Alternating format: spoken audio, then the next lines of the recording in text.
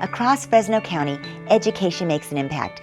Learning inspires students, dedicated teachers ensure success, and these stories strengthen our communities. Watch Education Matters, Mondays at 6:30 on KC24. Local news that matters. Brought to you by EECU, Chevron, and Fresno Pacific University.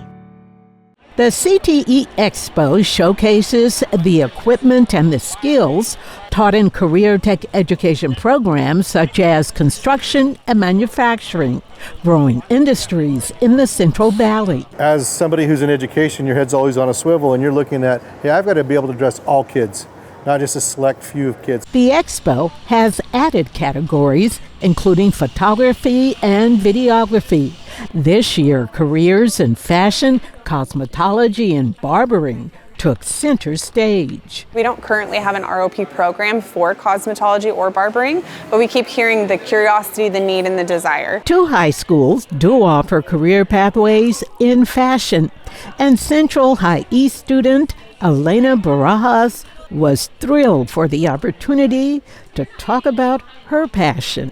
We've had an ROP class for many years, but this is the first year it's actually being recognized, and I appreciate that because it needs more recognition. Fashion students were given a unique way to showcase their skills. Take donated clothing from a thrift recycling center, create a new design, and show it off at a fashion show. I express myself in clothing, and I know a lot of people tell stories with it, and it's not just about being all cute and dressed up. Like it really is an art form. Educators say this was a great opportunity for these students because the Central Valley has become known as a vintage market. A lot of people come to the Central Valley to source vintage. People like Free People and Urban Outfitters have come to warehouses here in downtown Fresno to source vintage materials.